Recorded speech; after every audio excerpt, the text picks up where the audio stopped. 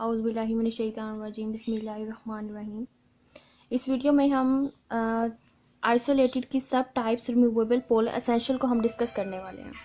लेकिन इस वीडियो को अच्छे से अंडरस्टैंड करने के लिए आप पहले लॉरेंस सीरीज देख के आए। लॉरेंस सीरीज के बाद सिंगुलैरिटी के बाद आइसोलेटेड सिंगुलैरिटी पे बेस्ड वीडियोस मैं बना चुकी हूँ। आप उनको अच्छे से अंडरस्टैंड करके आए, तब आप इस वीडियो को अच्छे से अंडरस्टैंड कर पाएंगे जो मैं इस वीडियो में बताना चाहती हूँ। आइसोलेटेड सिंगुलैरिटी की सब टाइप्स से रिमूवेबल पोलर एसेंशियल। अगर हम किसी फंक्शन को function f of z complex value function है, उसको हम अगर लॉरेंट एक्सपेंशन से एक्सपेंड करें तो उसके दो पार्ट्स बनते हैं। एक पार्ट उसका पॉजिटिव पावर्स ऑफ जी आ जाता है और एक पार्ट उसका नेगेटिव पावर्स ऑफ सी में आ जाता है। जिसको पॉजिटिव पावर्स ऑफ जी वाले पार्ट को हम कहते हैं इसका एनालिटिक पार्ट है, और एक पार्ट जिसमें नेगेटिव पावर्स ऑफ जी, इसको एक्सपेंड करें तो नेगेटिव पावर्स ऑफ जी में बनेगा। इसको एक्सपेंड करके देख सकते हैं, तो इस पार्ट को हम प्रिंसिपल पार्ट कहते हैं। प्रिंसिपल पार्ट में हमें सिंगुलैरिटी मिलती है। सिंगुलैरिटी की टाइप आगे होती हैं आइसोलेटेड, नॉन आइसोलेटेड सिंगुलैरिटी। फिर इसकी आइसोलेटेड सिंगुलैरिटी के आगे सब टाइप्स हैं रिमूवेबल पोलर एसेंशियल, उसको हम आज डिस्कस करेंगे। सिंगुलैरिटी को भी मैं लॉरेंस सीरीज में अच्छे से वीडियो उनकी कवर कर चुकी हूँ। उसके बाद सिंगुलैरिटी पे भी वीडियो अपलोड हो चुकी है, उसके बाद आइसोलेटेड सिंगुलैरिटी पे भी, और आज हम सब टाइप्स ऑफ आइसोलेटेड सिंगुलैरिटी को इस वीडियो में डिस्कस करेंगे। आप इस फंक्शन को एक्सपैंड करके देखें तो इधर पॉजिटिव पावर्स ऑफ जी बनती जाएंगी और इधर नेगेटिव पावर्स ऑफ जी बनेगी। ये लॉरेंस सीरीज में सब कुछ मैं ऑलरेडी डिस्कस कर चुकी हूँ, आप देख के आए तो आपको समझ आए। इस वीडियो में दोबारा करूंगी तो आपका टाइम वेस्ट होगा। आप ऑलरेडी वीडियो अपलोड है, उसका लिंक मैं डिस्क्रिप्शन में दे दूंगी, तो आप देख के आए तो अच्छे से मतलब इसको भी समझ पाएंगे। सिंगुलैरिटी क्या होती है, इसके बाद आइसोलेटेड सिंगुलैरिटी, नॉन आइसो। देखिए, जब हम सिंगुलैरिटी की बात करते हैं तो एक पॉइंट होता है, एक सिंगुलर पॉइंट, जिसे सिंगुलैरिटी कह देंगे, सिंगुलर पॉइंट कह दें। उसके नेबरहुड में फंक्शन एनालिटिक हो। सिर्फ एक ही अगर पॉइंट है जिसपे फंक्शन एनालिटिक नहीं है, लेकिन उससे ऐसा एक हमें डिलीटेड नेबरहुड मिल रहा है जिसमें एवरीवेयर फंक्शन एनालिटिक है, तो वो मेरा जो पॉइंट होगा वो आइसोलेटेड सिंगुलर पॉइंट बन जाएगा। आइसोलेटेड सिंगुलैरिटी भी इसे कहा जाता है। मतलब उस डिलीटेड नेबरहुड क्यों कह रही हूँ, डिलीटेड इसलिए कि उस पॉइंट को डिलीट कर दें जिसपे फंक्शन एनालिटिक नहीं है, बाकी उस पॉइंट के नेबरहुड में एवरीवेयर फंक्शन एनालिटिक है। तो ये जो पॉइंट होगा, फिर वो जो पॉइंट जिसका आप नेबरहुड की बात करें जहां फंक्शन एवरीवेयर एनालिटिक है, उस पॉइंट को निकाल के ये जो पॉइंट होगा वो मेरे आइसोलेटेड, क्योंकि सिंगुलैरिटी तो है, उस पर फंक्शन डिफाइन नहीं है या फंक्शन एनालिटिक नहीं है, तो वो मेरा पॉइंट आइसोलेटेड सिंगुलैरिटी हो जाएगा। अगर मुझे कोई ऐसा पॉइंट मिल जाए उसके नेबरहुड में उस सिंगुलर पॉइंट के अलावा और भी कोई सिंगुलर पॉइंट है जिसपे फंक्शन एनालिटिक नहीं है, और भी अगर एक से ज्यादा अगर सिंगुलर पॉइंट मिल रहे हैं नेबरहुड में, डिलीटेड नेबरहुड में, तो वो जो नेबरहुड होगा, वो जो पॉइंट्स होंगे फिर वो नॉन आइसोलेटेड सिंगुलर पॉइंट्स होंगे या नॉन आइसोलेटेड सिंगुलैरिटी भी होगी। इससे रिलेटेड एग्जांपल्स भी मैं करवा चुकी हूँ अच्छे से। आइसोलेटेड सिंगुलैरिटी को हमने with the help of examples बहुत अच्छे से कवर किया। Singularity of point z naught is called a singular point or singularity of a function f of z if function fails to be analytic at some point in every neighborhood of z naught। z naught का आप कोई भी neighbourhood लेते हैं उसमें every function analytic है, लेकिन इस पॉइंट पे नहीं है, तो ये जो पॉइंट होगा सिंगुलर पॉइंट होगा। इसका आइसोलेटेड, इसकी टाइप टू टाइप्स की सिंगुलैरिटी होती है, isolated singularity, non isolated singularity. Isolated singularity का सब टाइप्स है removable essential.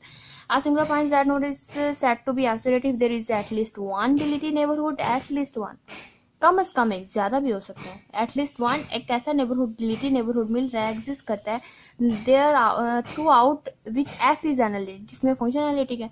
A singular point z nought is said to be non isolated every deleted neighbourhood of z nought contains some singular points of f, contains singular points. Singular points की बात हो रही है यहाँ, सिर्फ एक ही point की बात कि एटलीस्ट वन एक ऐसा नेबरहुड मिल जाए कि जिसपे फंक्शन एनालिटिक ना हो। A singular point is said to be isolated. एक एवरी डिलीटेड नेबरहुड में और भी सिंगुलर पॉइंट्स आ रहे हैं, तो वो जो पॉइंट होंगे वो जो फिर उसको कहेंगे नॉन आइसोलेटेड सिंगुलैरिटी।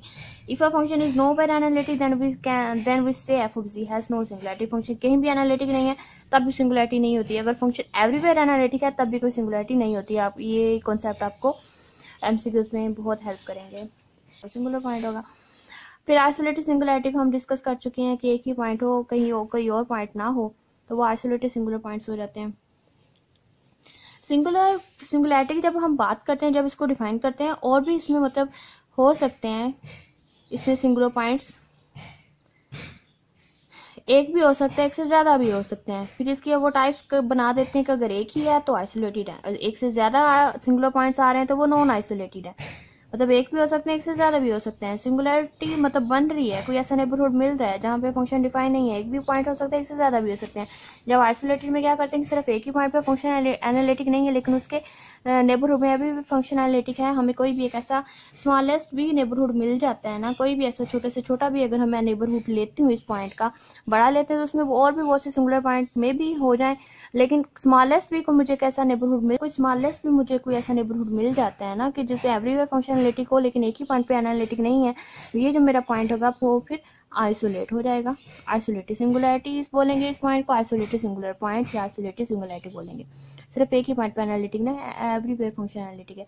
कोई भी मतलब एक छोटे से छोटा भी कोई नेबरहुड मिल जाए।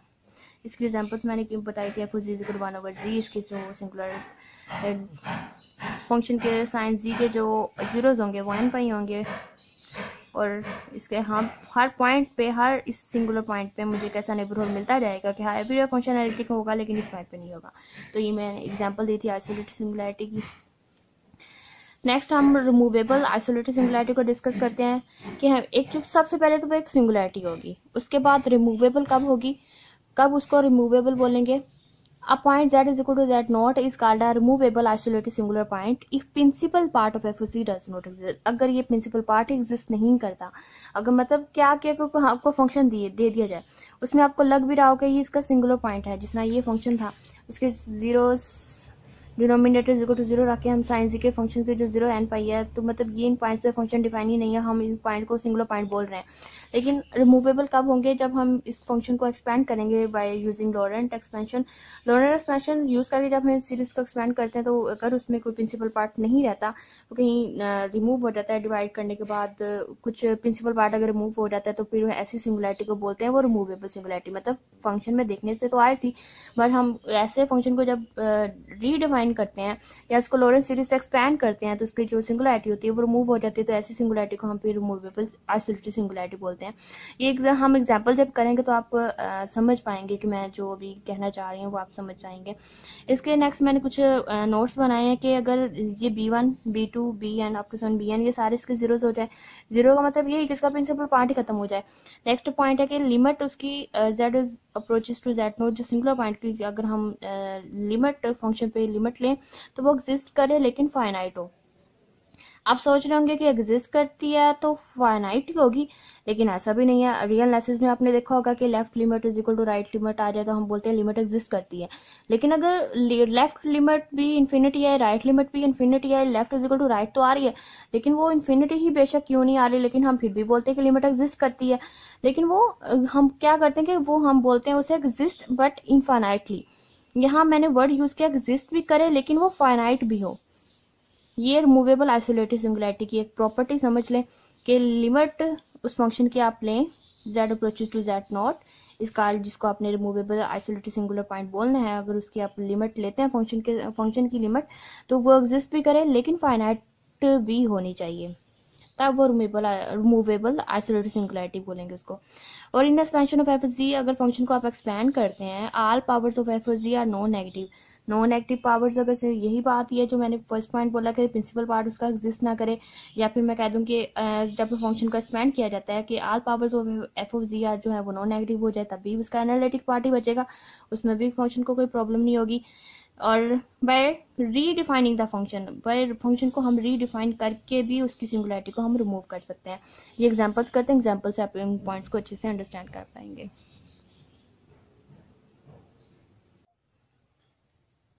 टाइप्स ऑफ आइसोलेटेड सिंगुलरिटी के कॉन्सेप्ट को हम with the help of Laurent series समझते हैं कि इसको समझने में आसानी होगी अगर हम लॉरेंट सीरीज से देखें। लॉरेंट सीरीज ऑलरेडी इस पे वीडियो अपलोड हो चुकी है लॉरेंट सीरीज पे, फिर भी एक दफ़ा मैं रिवाइज करवा देती हूँ कि एफ ऑफ जी हमारे पास कोई फंक्शन को हम लॉरेंट सीरीज से एक्सपेंड करें तो हमारे पास लॉरेंट सीरीज के दो पार्ट्स होते हैं, एक जनरल पार्ट होता है, एक प्रिंसिपल पार्ट होता है। जनरल पार्ट में contains positive powers of c and principal part contains negative powers of c. इस समीशन हम अप्लाई करें इस पे a n z minus z naught हो रेस्ट पर एन पे एन वेरी करा from 0 to infinity a naught मतलब आप पहले एन इज इक्वल टू 0 रखेंगे तो ये 0 और ये जी माइनस जी नोट की पावर जो 0 होगी वो 1 होता है, something rest power 0 is equal to 1, so a0 plus a1 z minus z nought. इस तरह इसको वेरी करवाते जाए up to so on plus ये समीशन जब अप्लाई होगा इस एक्सप्रेशन पे तो हमें मिलेगा b1 यहाँ एन जो वेरी कर रहा है 1 to इन्फिनिटी, तो b1 z minus z nought -1 plus b2 z minus z nought raise to power -2 plus up to so on, ये वेरी करते। जनरल पार्ट में फंक्शन एवरीवेयर एनालिटिक होता है और प्रिंसिपल पार्ट में फंक्शन सिंगुलैरिटी हमें मिल जाती है प्रिंसिपल पार्ट में। उसके आगे फिर टाइप्स बन जाती हैं कि आइसोलेटेड है, नॉन आइसोलेटेड। अगर आइसोलेटेड है फिर रिमूवेबल है, पोल है या एसेंशियल है। आइसोलेटेड सिंगुलैरिटी की आगे भी 3 टाइप्स सब टाइप्स हो जाती हैं। तो प्रिंसिपल पार्ट में ही हमें सिंगुलैरिटीज मिलती है जहां जेड की नेगेटिव पावर्स आ जाती हैं। रिमूवेबल आइसोलेटेड सिंगुलैरिटी कब होगी? अगर principal part does not exist, अगर प्रिंसिपल पार्ट एग्जिस्ट ही नहीं करेगा, अगर जीरो हो जाएगा, मतलब आपको कोई भी फंक्शन दिया जाए और पूछा जाए कि क्या इसमें रिमूवेबल सिंगुलैरिटी है या नहीं, तो आप क्या करें, उस फंक्शन को लॉरेंस सीरीज से एक्सपेंड करें। एक्सपेंड करने के बाद अगर उसमें उस फंक्शन का कोई प्रिंसिपल पार्ट ही नहीं आ रहा, प्रिंसिपल पार्ट जीरो है, प्रिंसिपल पार्ट ही अगर एग्जिस्ट नहीं कर रहा, तो हम कहेंगे कि रिमूवेबल आइसोलेटेड सिंगुलैरिटी है उस फंक्शन की। और ये हम एग्जाम्पल्स करेंगे तो आपको समझ पाएंगे। अभी फिलहाल देखें कि पोल हमें कब मिलेगा? अगर principal part has finite number of term 2 3 4, मतलब फाइनाइट नंबर ऑफ टर्म्स अगर हमारे पास आ रही है प्रिंसिपल पार्ट में, तो हम कहेंगे इस फंक्शन के पास पोल है। पोल कौन सा है, कितने ऑर्डर का है, ये ऑलरेडी रेजिड्यू एंड पोल वाले वीडियो में मैं करवा चुकी हूँ। पोल क्या होता है, पोल रेजिड्यूज फिर हम कैसे निकालते हैं, वो सारा डिस्कस कर चुके हैं। वो वाली वीडियो आप देख लें जाके, उसका लिंक भी मैं इसी डिस्क्रिप्शन में डाल दूंगी इसी वीडियो के। एसेंशियल आइसोलेटेड सिंगुलैरिटी का होती है एसेंशियल अगर principal part contains infinite number of terms. अगर प्रिंसिपल पार्ट में इनफाइनाइट नंबर ऑफ टर्म्स आ रही हैं तो ऐसी सिंगुलैरिटी को कहेंगे कि वो essential isolated singularity. Removable, pole, essential, ये 3 सब टाइप्स हैं आइसोलेटेड सिंगुलैरिटी की। इधर आप देखेंगे मैंने एक लॉरेंस सीरीज लिया। लॉरेंस सीरीज में सारी non negative powers of z वाला फंक्शन रहेगा। Principal part removable isolated singularity में प्रिंसिपल पार्ट जो होता है इसका 0 हो जाता है, इसको मैंने 0 रखा। नेक्स्ट अब इसको एक्सपैंड किया तो ये 0 जी माइनस जी नॉट हो रेज़्ड बाय 0 प्लस a1, ये तो 0 है 1 हो जाएगा। नेक्स्ट अगर हमें लिमिट की बात करूँ रिमूवेबल आइसोलेटेड सिंगुलैरिटी में, अगर हम लिमिट अप्लाई करते हैं तो लिमिट जो होती है हमारे पास वो क्या कहते हैं, लिमिट एग्जिस्ट भी करती है, फाइनाइट भी है। देखिए यहाँ लिमिट एग्जिस्ट भी कर रही है और फाइनाइट भी है, तो ये मेरे पास रिमूवेबल आइसोलेटेड सिंगुलैरिटी है होगी। एग्जांपल्स करते हैं अब इसकी। नेक्स्ट एग्जांपल्स देख लें। Removable isolated singularity f of z is equal to sine z over z. Sine z को आप टेलर एक्सपेंशन से अगर एक्सपेंड करें तो आपके पास ये एक्सपेंशन बनेगा x minus x cube over 3 factorial plus x5 over 5 factorial plus minus up to so on. इस तरह ये चलती जाएगी। और z है तो ये सारा z में कन्वर्ट हो जाएगा, z minus z cube over 3 factorial z 5 over 5 factorial बनेगा। और z पे इसको फिर डिवाइड भी करना है। z को जब इस एक्सपेंशन को आप डिवाइड करेंगे तो देखिए आपके पास रह जाएगा 1 माइनस ये z क्यूब है, z पे डिवाइड करेंगे तो z square over 3 factorial plus z 4 over 5 factorial minus up to so on. इस तरह ये चलती जाएगी। देखें तो इस पर इसमें अब नेगेटिव पावर्स ऑफ जी हमारे पास एग्जिस्ट नहीं कर रही। नेगेटिव पावर्स ऑफ जी नहीं है, इसका मतलब प्रिंसिपल पार्ट एग्जिस्ट नहीं करता। रिमूवेबल आइसोलेटेड सिंगुलैरिटी में हमने कहा था कि प्रिंसिपल पार्ट एग्जिस्ट नहीं करेगा। तो z इज इक्वल टू 0 देखने में तो मुझे लग रहा था कि z 0 पे ये साइन 0 भी 0 साइन 0 0 होता है, z इज इक्वल टू 0 जो होगी इसकी सिंगुलैरिटी बन सकती है। लेकिन जब हमने इसको एक्सपैंड किया तो मेरे पास कोई नेगेटिव पावर्स ऑफ जी भी नहीं बना, इसका मतलब z इज इक्वल टू 0 इसकी हमने इसकी सिंगुलैरिटी को रिमूव कर दिया। जब इस फंक्शन को एक्सपेंड करके हमने इसकी सिंगुलैरिटी जो थी 0 पे, अब 0 पे भी इसको कोई एक्सपेंड करते हैं तो कोई प्रॉब्लम नहीं है, लेकिन जो फंक्शन हमें दिया गया था वहां इसको प्रॉब्लम थी, एक्सपेंड करने पे कोई प्रॉब्लम नहीं है। तो z इज इक्वल टू 0 ये मेरे पास रिमूवेबल आइसोलेटेड सिंगुलैरिटी है। रिमूवेबल को आर्टिफिशियल सिंगुलैरिटी भी कहते हैं। आपने कंफ्यूज नहीं होना, पेपर में आर्टिफिशियल सिंगुलैरिटी आ जाए, आर्टिफिशियल आइसोलेटेड सिंगुलैरिटी आ जाए, रिमूवेबल आइसोलेटेड सिंगुलैरिटी आ जाए या रिमूवेबल सिंगुलैरिटी आ जाए, तो ये एक ही चीज के नाम है। नेक्स्ट एग्जांपल है मेरे पास f of z is equal to z square minus 1 over z minus 1। ये सेकंड एग्जांपल है। जी स्क्वायर माइनस, ये तो सिंपल सी एग्जांपल है। अगर हम जी स्क्वायर माइनस 1 को एक्सपेंड करें तो जी माइनस 1 इंटू जी प्लस 1 और डिनोमिनेटर में हमारे पास जी माइनस 1 है, ये कैंसिल आउट हो जाएंगे, हमारे पास बनेगा जी प्लस 1। ये तो वैसे ही फाइनाइट है, उस पर हमें कोई प्रॉब्लम ही नहीं है, नेगेटिव पावर्स ऑफ जी बन भी नहीं रहा। तो z इज इक्वल टू 1, यहाँ मेरे पास ये फंक्शन जो था 1, अगर यहाँ 1 रखते हैं तो 1 माइनस 1 0 समथिंग ओवर 0, ये अनडिफाइंड बन जाएगा। और z इज इक्वल टू 1 ये मेरे पास सिंगुलैरिटी थी, लेकिन जब इसको एक्सपेंड किया तो सिंगुलैरिटी को हमने रिमूव कर दिया, तो z इज इक्वल टू 1 मेरे पास यहाँ रिमूवेबल आइसोलेटेड सिंगुलैरिटी बन जाएगी। नेक्स्ट एग्जाम्पल मैंने लिया third example f of z is equal to sine 4g minus 4z over z square, sine 4z जब हम एक्सपैंड करते हैं तो जहाँ जहाँ यह मैंने लगाया था sine z minus z cube of 3 फिर जी 5 ओवर 5 फैक्टोरियल, तो इसको जी को रिप्लेस कर दें विद 4z, तो 4z minus 4z cube over 3 factorial plus 4z over 4z rest पर 5 over 5 factorial minus 4z over z square. तो ये देखें, ये लास्ट टर्म और फर्स्ट टर्म कैंसिल हो जाएगी और हमारे पास ये चीज बचेगी। जी स्क्वायर जब इसको डिवाइड करेंगे तो हमारे पास ये ताकत 3 है और यहाँ 2 है, तो 3 माइनस 1 3 माइनस 2 1 पावर बचेगी और यहाँ 3 पावर बचेगी। तो देखें यहाँ पे मेरे पास कोई प्रिंसिपल पार्ट एग्जिस्ट नहीं कर रहा, नेगेटिव पावर से जी नहीं आ रहा, प्रिंसिपल पार्ट एग्जिस्ट नहीं कर रहा, तो ये z इज इक्वल टू 0 यहाँ भी जो थी इसको प्रॉब्लम थी 0 पे, लेकिन एक्सपैंड करने पे हमने इसकी सिंगुलैरिटी को रिमूव कर दिया, तो z इज इक्वल टू 0 यहाँ पे मेरी फिर रिमूवेबल आइसोलेटेड सिंगुलैरिटी है। ये कुछ एग्जांपल्स थी ताकि आप रिमूवेबल आइसोलेटेड सिंगुलैरिटी को अच्छे से अंडरस्टैंड कर पाए इस कॉन्सेप्ट को। आप देख सकते हैं कि इस फंक्शन को f of z equal to sine z over z को फंक्शन को जीरो के अलावा कहीं और प्रॉब्लम नहीं है, मतलब जीरो का आप कोई भी नेबरहुड लेंगे उस फंक्शन को जीरो के अलावा कहीं प्रॉब्लम नहीं होगा, तो ये आइसोलेटेड सिंगुलैरिटी होगी। और रिमूवेबल कब होगी? जब इस फंक्शन को हम रीडिफाइन करेंगे तो इसकी सिंगुलैरिटी को हम रिमूव भी कर सकते हैं, तो ये रिमूवेबल सिंगुलैरिटी हो जाएगी। हम इस फंक्शन को इस तरह से डिफाइन करेंगे। इस फंक्शन पे जब हम लिमिट अप्लाई करते हैं, limit z approaches to zero sine z over z आपको पता है इज इक्वल टू 1 होता है। तो इस फंक्शन को मैं रीडिफाइन अगर इस तरह से करूं कि इस फंक्शन को मैं अगेन रीडिफाइन करने के लिए लगी हूँ, f of z is equal to sine z over z when z not equal to 0 and equal this function is equal to 1 when z is equal to 0। जब जी 0 होगा ये फंक्शन हमें वैल्यू 1 देगा। इसी फंक्शन को मैंने रीडिफाइन कर दिया, तो ये मेरे पास z इज इक्वल टू 0 यहाँ इसकी सिंगुलैरिटी तो है, ये रिमूवेबल आइसोलेटेड सिंगुलैरिटी है। नेक्स्ट अगर मैं इस फंक्शन को देखूँ f of z is equal to z square minus 1 over z minus 1 था, तो ये इस फंक्शन को 1 पे प्रॉब्लम थी। 1 इसकी सिंगुलैरिटी है, वो भी आइसोलेटेड सिंगुलैरिटी। इस फंक्शन को 1 के अलावा कहीं और प्रॉब्लम नहीं है, तो आइसोलेटेड सिंगुलैरिटी है और मूवेबल का भी इस फंक्शन को रीडिफाइन कर लें। इसको भी हम अगेन इस फंक्शन को इस तरह से भी रीडिफाइन कर सकते हैं, z square minus 1 over z minus 1 when z not equal to 1, और इस पे जब मैं 1 z इज इक्वल टू 1 इस पे लिमिट अप्लाई करूंगी तो 1 प्लस 1 2, तो ये एफ ऑफ जी हमें 2 देगा when z not equal to 1 के लिए z square minus 1 over z minus 1, और ये 2 होगा when z is equal to 1 होगा। इस फंक्शन को रीडिफाइन करके अब मैंने इस फंक्शन को एनालिटिक बना दिया एवरीवेयर। इस फंक्शन को अब रीडिफाइन करके इसकी सिंगुलैरिटी को मैंने रिमूव कर दिया, तो ये रिमूवेबल आइसोलेटेड सिंगुलैरिटी है। एक और मैं एंटायर फंक्शन लेती हूँ जिसका f of z is equal to z. आप बोलेंगे ये तो एवरीवेयर एनालिटिक फंक्शन है, एंटायर फंक्शन है, तो अगर मैं इस फंक्शन को इस तरह से डिफाइन कर दूं f of z is equal to z when z not equal to 0 on 1, ये अब इसकी डोमेन में से मैंने 0 1 निकाल दिया है। अब ये फंक्शन ये जो पॉइंट्स है इस फंक्शन के सिंगुलर पॉइंट बन गए हैं। किस तरह से? देखिए हम कंटिन्यूटी कैसे चेक करते हैं। कंटिन्यूटी हम चेक करते हैं उस डोमेन के ही पॉइंट्स लेके, उन डोमेन के पॉइंट्स पे भी left limit is equal to right limit, तो हम कहते हैं इसकी डोमेन में ये पॉइंट मैंने शामिल ही नहीं किए, तो ये पॉइंट्स इस फंक्शन के सिंगुलर पॉइंट्स हो जाएंगे।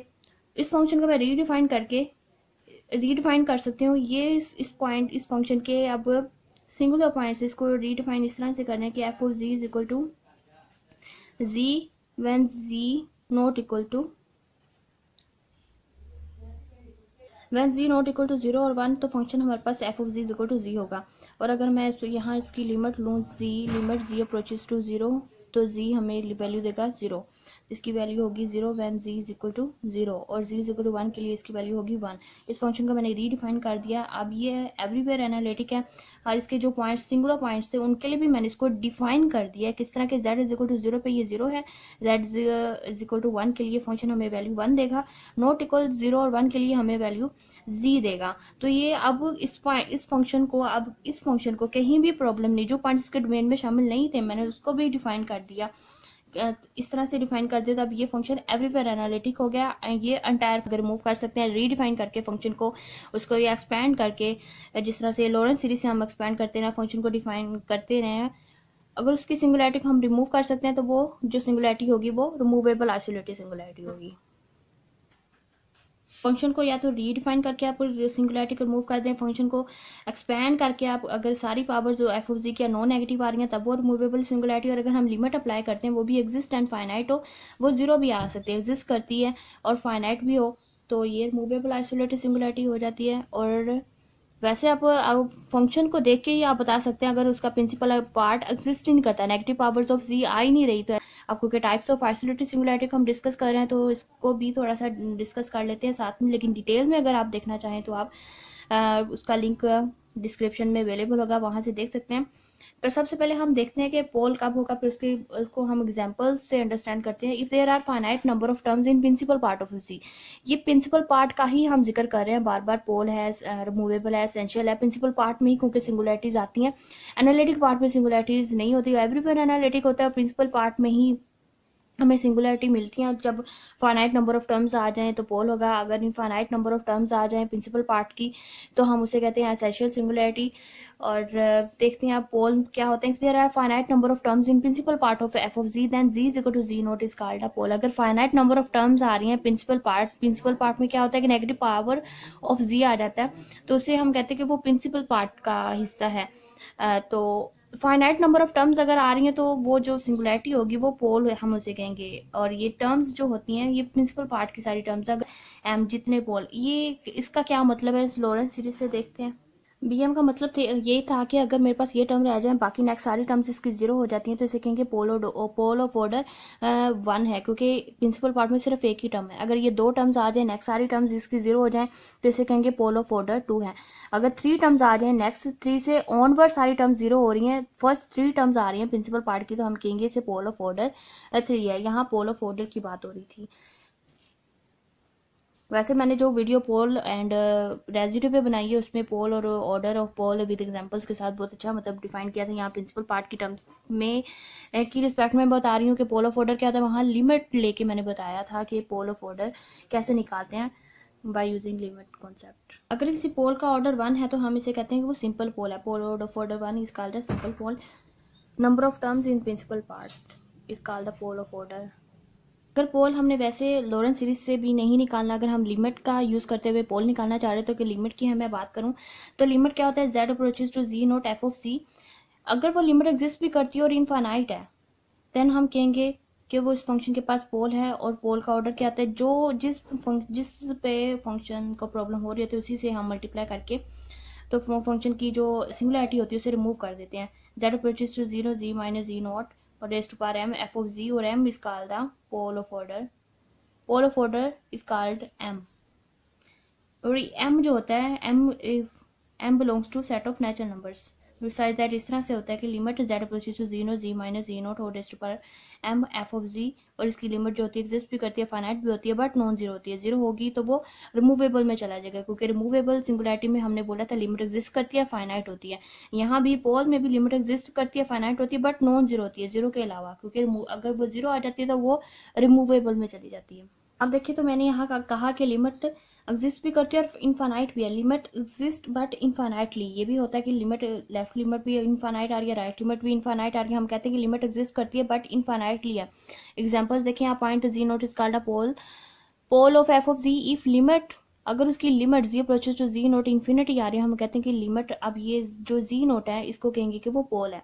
For example f of z is equal to 1 over z है, एफ ऑफ जी है singularity at z is equal to 0 पे हमें लग रहा है कि z इज इक्वल टू 0 इसकी सिंगुलरिटी है, लेकिन ये पोल रिमूवेबल है, एसेंशियल है, जिसके लिए आप लिमिट अप्लाई करके देखें। जब आप लिमिट अप्लाई करेंगे जी इज इक्वल टू 0 पे तो 1 ओवर जी 1 ओवर फिर 0, लिमिट अप्लाई करने 1 ओवर 0 इज इक्वल टू फिर ये इन्फिनिटी आएगा।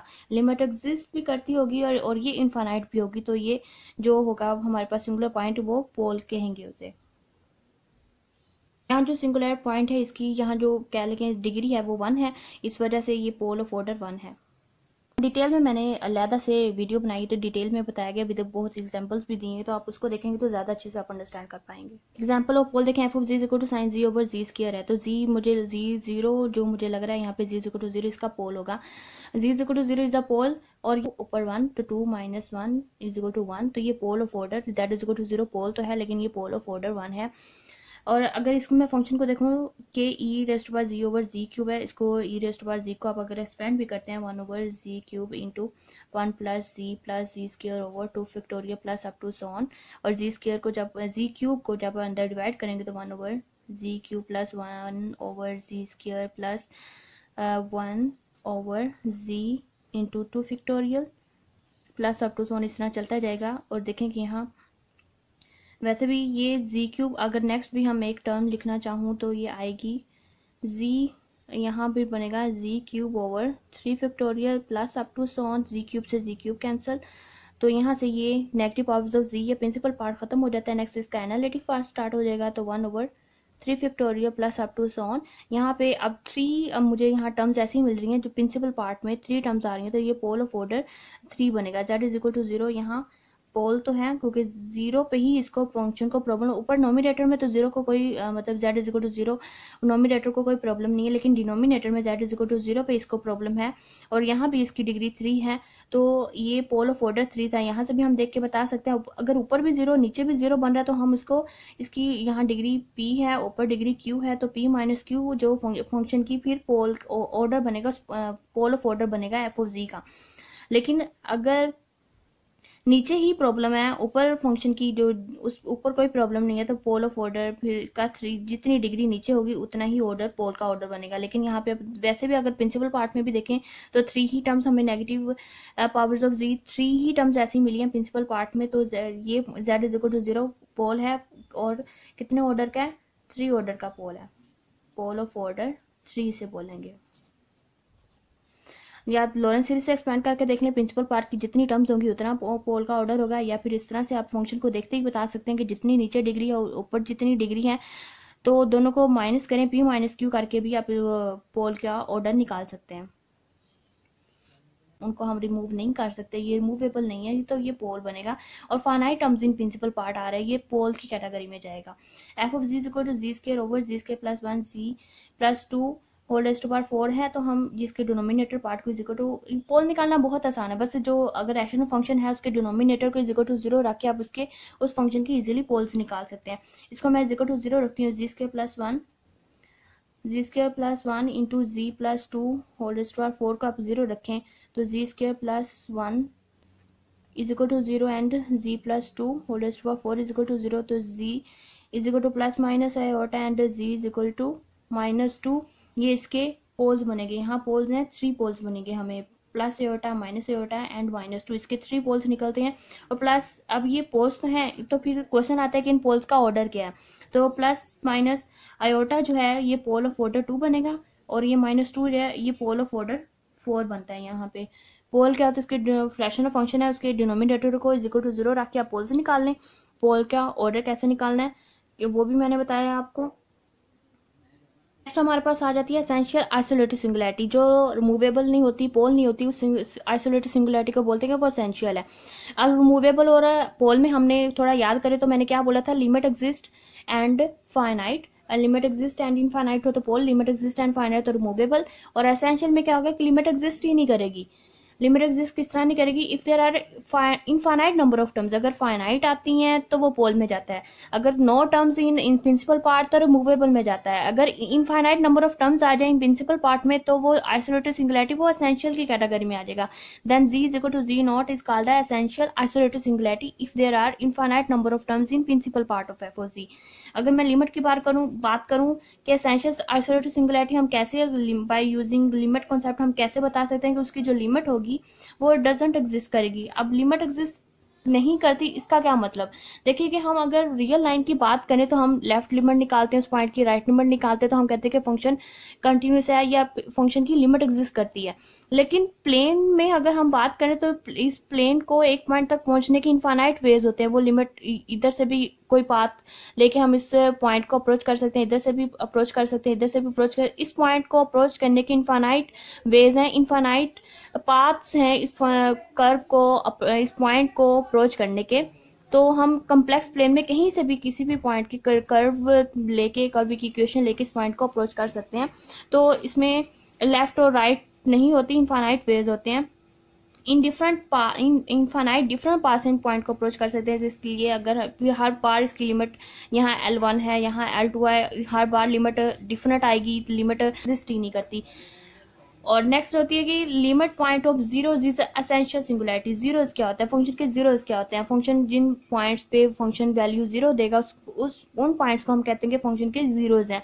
अगर उन पे हम लिमिट पॉइंट लें ऑफ 0, फॉर एग्जांपल मैं यहाँ एक एग्जांपल लेती हूँ, f of z equal to मेरे पास फंक्शन है साइन 1/z।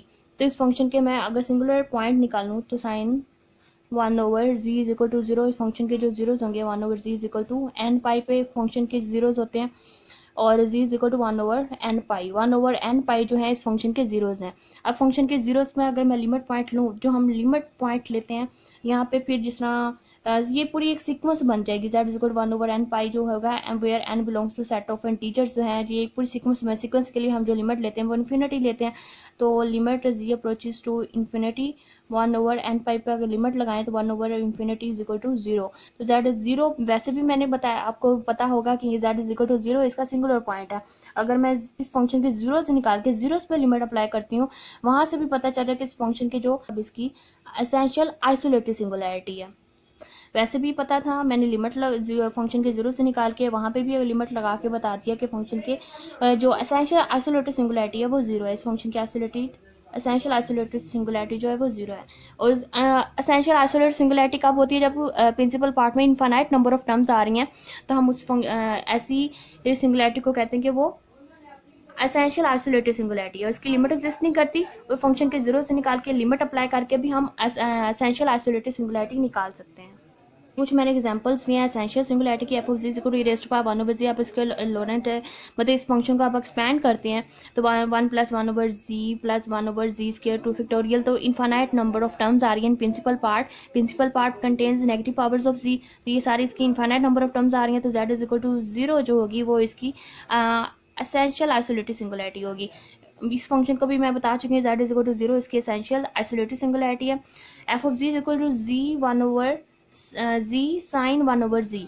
साइन 1/z को आप साइन 1/z को एक्सपेंड करते हैं तो इसकी टर्म्स आएंगे 1/z - 1/z cube 3 factorial plus up to so on. z को जब अंदर आप मल्टीप्लाई करेंगे तो इसमें 1 - 1/z square 3 factorial plus up to so on. इस तरह सारी नेक्स्ट जो टर्म्स होंगी वो भी मतलब z जो होगा वो डिनोमिनेटर में आएगा और नेगेटिव पावर्स ऑफ z बनता जाएगा। और फिर ये प्रिंसिपल पार्ट में इनफाइनाइट नंबर ऑफ टर्म्स आ जाएंगी तो z इज इक्वल टू 0। यहाँ पे भी इसकी essential isolated singularity, principal part में इनफाइनाइट नंबर ऑफ टर्म्स आ रही हैं, आइसोलेटेड सिंगुलैरिटी की टाइप में आएगा क्योंकि इस फंक्शन को z 0 के अलावा और कहीं प्रॉब्लम नहीं है। तो ये इसके आइसोलेटेड सिंगुलैरिटी भी है क्योंकि एवरीवेयर नेबरहुड में फंक्शन एनालिटिक है, 0 के नेबरहुड में फंक्शन एवरीवेयर एनालिटिक है, 0 में एनालिटिक नहीं है। तो आइसोलेटेड सिंगुलैरिटी है और एसेंशियल इसलिए क्योंकि इसके प्रिंसिपल पार्ट में इनफाइनाइट नंबर ऑफ टर्म्स आ रही है, तो एसेंशियल आइसोलेटेड सिंगुलैरिटी बन जाएगा। ये एग्जांपल अगेन इसकी रिपीट हो गई है यहाँ पे।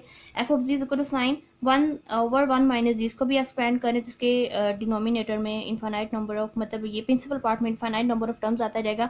लेकिन यहाँ जो सिंगुलैरिटी होगी 0 नहीं होगी, वो 1 होगी क्योंकि 1 - 1 0। तो इसके फंक्शन 0 कहाँ पे बनता है या अनडिफाइंड कहाँ पे बनता है? z इज इक्वल टू 1 पे बनता है। तो यहाँ जो इसकी एसेंशियल आइसोलेटेड सिंगुलैरिटी होगी वो 1 होगी। आइसोलेटेड क्योंकि इस फंक्शन को 1 के अलावा कहीं प्रॉब्लम नहीं, आइसोलेटेड सिंगुलैरिटी है और एसेंशियल इसलिए क्योंकि इसके प्रिंसिपल पार्ट में इनफाइनाइट नंबर ऑफ टर्म्स आ रहा है।